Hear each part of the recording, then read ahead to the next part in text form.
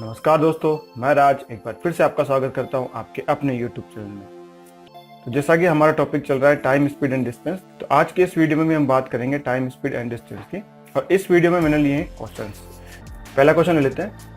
तो देखिए, पहले क्वेश्चन में कह रहा है कि ए और बी की चालों का अनुपात 3:4 है। किसी स्थान तक पहुंचने में ए को 20 से 30 मिनट अधिक लगे, तो ए को उस स्थान में पहुंचने में कितना समय लगेगा। ये क्वेश्चन है, बहुत ही बेसिक क्वेश्चन है, बहुत ही इजी क्वेश्चन है। तो देखिए, इस क्वेश्चन को हम करेंगे कैसे।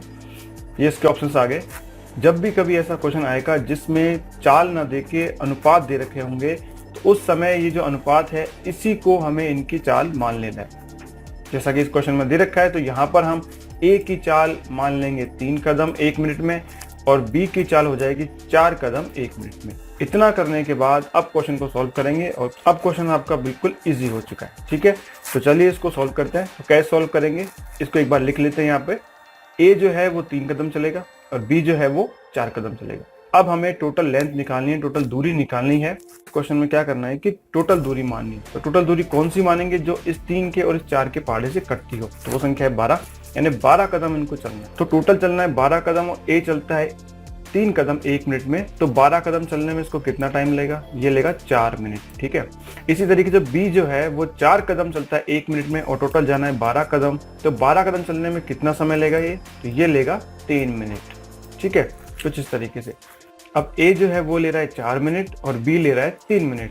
तो कितना मिनट अधिक ले रहा है यहाँ से, तो ये इससे ले रहा है 1 मिनट अधिक ले रहा है। ठीक है, लेकिन क्वेश्चन में कह रहा है कि 30 मिनट अधिक लगे हैं उसको।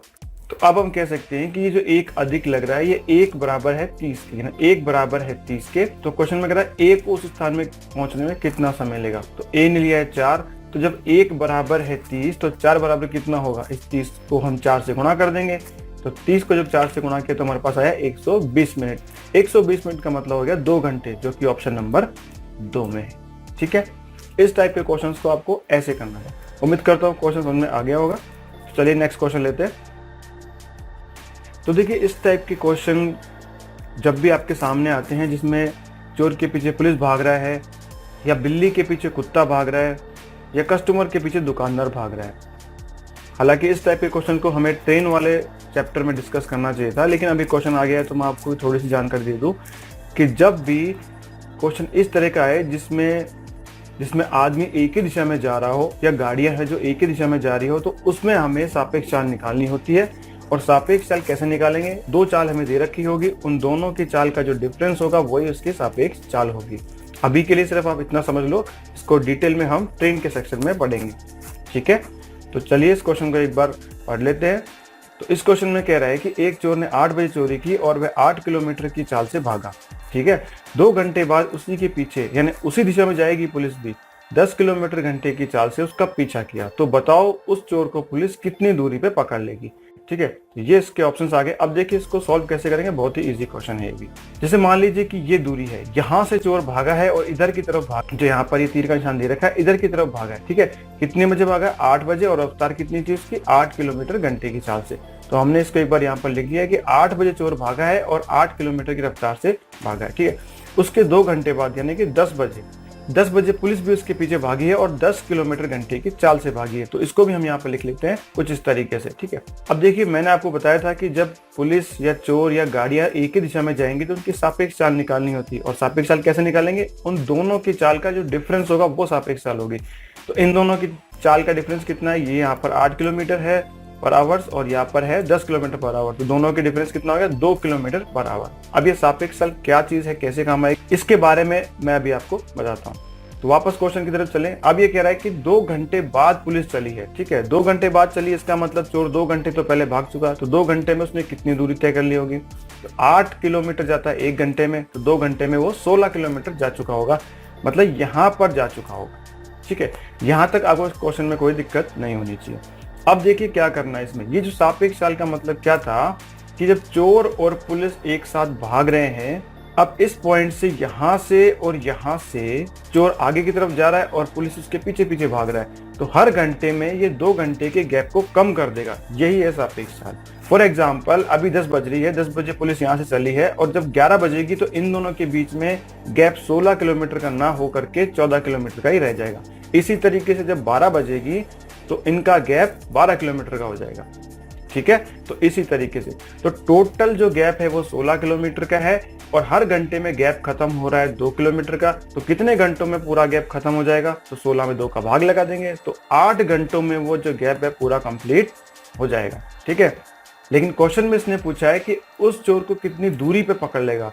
तो पुलिस जो टोटल भागी है वो 8 घंटे भागी है और 1 घंटे में भागती है 10 किलोमीटर। तो 8 को 10 से गुणा किया तो हमारे पास आ गया 80 किलोमीटर। इसका मतलब पुलिस उस चोर को 80 किलोमीटर की दूरी पे पकड़ लेगी, जो कि ऑप्शन नंबर 4 में है और ये हमारा आंसर है। ठीक है, तो चलिए नेक्स्ट क्वेश्चन लेते हैं। अब देखिए ये जो क्वेश्चन है ये बहुत ही कंफ्यूजिंग क्वेश्चन है, थोड़ा ट्रिकी क्वेश्चन है, इसलिए मैंने यहाँ पर लिया है। हालांकि क्वेश्चन बहुत इजी है लेकिन यहाँ पर 90% स्टूडेंट इसमें मिस्टेक करते ही करते हैं, इसलिए मैंने इस क्वेश्चन को आज लिया है। ठीक है, तो चलिए इसको सॉल्व करते हैं। ये इसके ऑप्शंस आ गए। तो देखिए इस क्वेश्चन में क्या कह रहा है कि 1 किलोमीटर की दौड़ है, उसमें ए बी को यानी ए ने बी को 400 मीटर से तथा सी को 200 मीटर से हरा दिया। तो बताओ जो सी है वो बी को कितने मीटर से हराएगा।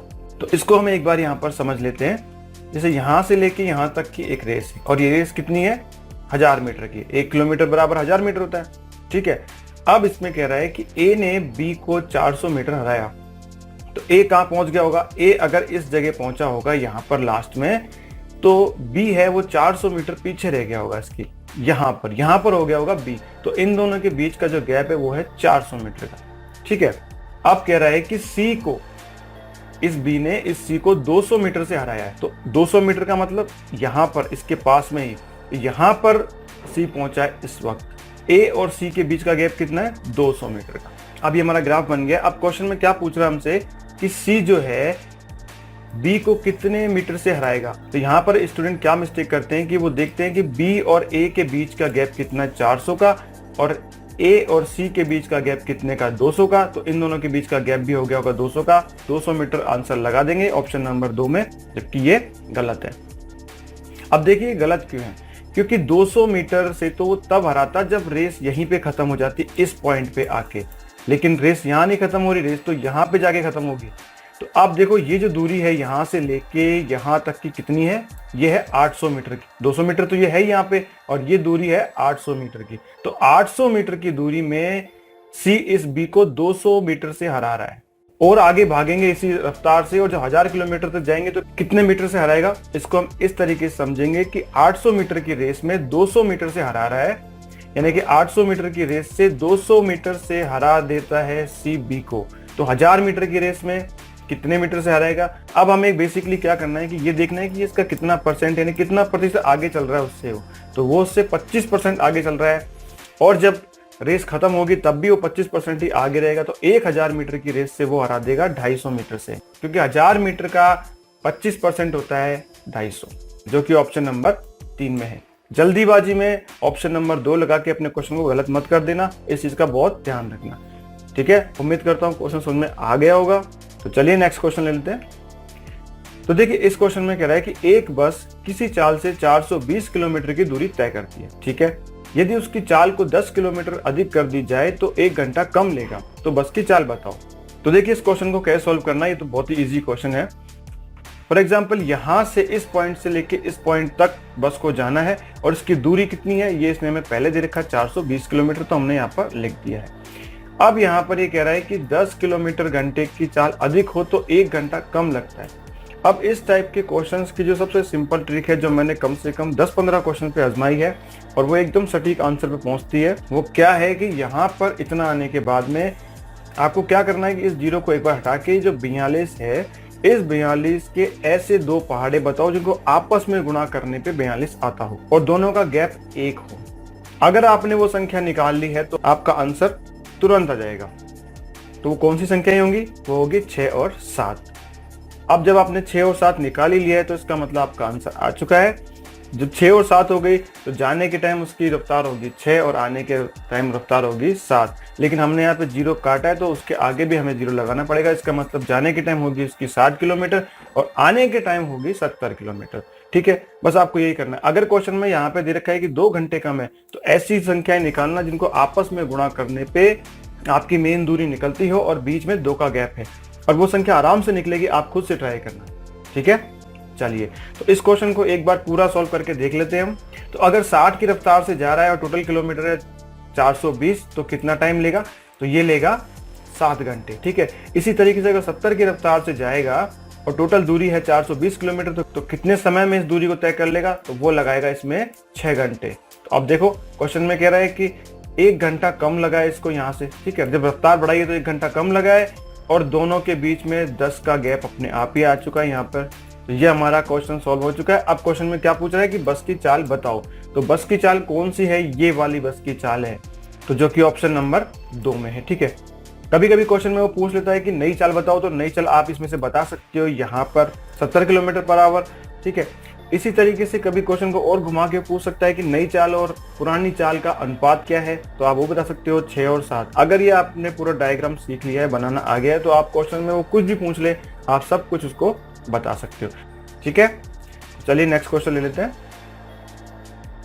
देखिए इस क्वेश्चन में कह रहा है कि एक कार बिना रुके किसी दूरी को 54 किलोमीटर घंटे की रफ्तार से तय करती है। यदि वह रुक रुक के चले तो उसी दूरी को 45 किलोमीटर घंटे की चाल से पूरा करती है, तो वह हर घंटे में कितना रुकती है, ये हमें इसमें बताना है। ठीक है, तो देखिए इसको हम कैसे सॉल्व करेंगे, ये इसके ऑप्शंस आ गए। तो सबसे पहले हमने यहाँ पे एक दूरी ले ली है, ये 2 पॉइंटों के बीच की। अब जब जा रहा है वो 54 किलोमीटर यानी बिना रुके, तो उसको हमने ऊपर लिख दिया है। और दूसरी चाल कितनी है? 45 किलोमीटर, इसमें वो रुक रुक के चल रहा है यहाँ पे। ठीक है, अब इतना करने के बाद में अगर आप इसकी दूरी निकाल लेते हो, मान लेते हो, तो आपका क्वेश्चन आराम से सॉल्व हो जाएगा। तो इसकी दूरी कितनी होगी? इन दोनों का एलसीएम निकालना, ऐसी संख्या जो इन दोनों के पहाड़े से कटती हो, तो वो संख्या है 270। ठीक है, तो दूरी हमारी आ गई 270। अब 54 किलोमीटर की रफ्तार से जाएगा और 270 किलोमीटर उसको जाना है, तो कितना टाइम लेगा? तो वो लेगा 5 घंटे। इसी तरीके से 45 किलोमीटर की चाल से जाएगा और टोटल जाना है 270 किलोमीटर, तो उसको टाइम लगेगा 6 घंटे। ठीक है, तो पहले जब बिना रुके जा रही है तो 5 घंटे ले रहा है, और जब रुक रुक के चल रहा है तो 6 घंटे ले रहा है। तो टोटल कितना रुक रहा है? वो 1 घंटा रुक रहा है। इसका मतलब 60 मिनट रुक रहा है। लेकिन क्वेश्चन ने पूछा हर घंटे में कितना रुका है, तो यहाँ पर जब इस रफ्तार से जाएगा रुक रुक के, तो 6 घंटे ले रहा है और टोटल रुक रहा है वो 60 मिनट, यानी 6 घंटे में रुक रहा है वो 60 मिनट। तो 1 घंटे में कितना रुकेगा? इस 60 में 6 का भाग लगा देंगे हम, तो हमें मालूम चल जाएगा कि 10 मिनट रुकता है वो हर घंटे में, जो कि ऑप्शन नंबर 2 में। ठीक है, इजी क्वेश्चन था। चलिए नेक्स्ट क्वेश्चन ले लेते हैं। अब देखिए इस क्वेश्चन में क्या कह रहा है कि एक व्यक्ति 20 किलोमीटर की दूरी को 5 घंटे किलोमीटर की चाल से तय करता है, तो 40 मिनट देरी से पहुंचता है। यदि वह 8 किलोमीटर की चाल से चले तो कितना जल्दी पहुंच जाएगा? बहुत इजी क्वेश्चन है, ये इसके ऑप्शंस आ गए। अब देखिए इसको कैसे सॉल्व करना है। अब 20 किलोमीटर की दूरी है और 5 किलोमीटर की चाल से चलता है, तो कितनी देर में तय कर लेगा उस दूरी को, ये निकाल लेते हैं हम। तो 20 किलोमीटर की दूरी है और 5 किलोमीटर की रफ्तार जब जाएगा तो उसको लगेंगे 4 घंटे। ठीक है, 4 घंटे लग रहे हैं, लेकिन क्वेश्चन में कह रहा है कि जब वो 4 घंटे में पहुंचा है अपने ऑफिस, तो उसको 40 मिनट देर हो चुकी है, यानी 40 मिनट लेट पहुंचा है। तो एक्चुअल में कितनी देर में पहुंचना था? इस 4 घंटे में से 40 मिनट को आप माइनस कर दो, तो इसमें से हमने इसको माइनस किया तो कितना आ जाएगा? 3 घंटे और 20 मिनट, यानी कि 3 घंटे और 20 मिनट में उसे ऑफिस पहुंचना था। ठीक है, और वो पहुंचा है 4 घंटे में। अब सेकेंड कंडीशन चलते हैं कि 8 की स्पीड अगर वो कर लेता है तो कितना टाइम लेगा? तो 20 किलोमीटर की दूरी है और 8 किलोमीटर की रफ्तार जब चलेगा तो उसको लगेगा 2.5 घंटे, यानी कि 2 घंटे और 30 मिनट लगेंगे। ठीक है, यानी बहुत जल्दी पहुंच रहा है। तो कितना जल्दी पहुंच रहा है? तो इन दोनों का डिफरेंस हम देख लेंगे। तो पहले जाना था उसको कितने? 3 घंटे और 20 मिनट में, जबकि वो पहुंच गया है 2 घंटे और 30 मिनट के अंदर। तो दोनों का डिफरेंस देखा तो आ गया हमारा 50 मिनट, यानी 50 मिनट पहले ही वो ऑफिस पहुंच चुका है, जो कि ऑप्शन नंबर 2 में है। ठीक है, बहुत ही इजी क्वेश्चन था। उम्मीद करता हूँ क्वेश्चन समझ में आ गया होगा। तो दोस्तों आज के इस वीडियो में इतना ही। उम्मीद करता हूँ कि जो मैंने क्वेश्चन आपको कराए हैं वो आपको समझ में आ गए होंगे, जो कॉन्सेप्ट मैंने आपको सिखाया है वो भी समझ में आ गया होगा।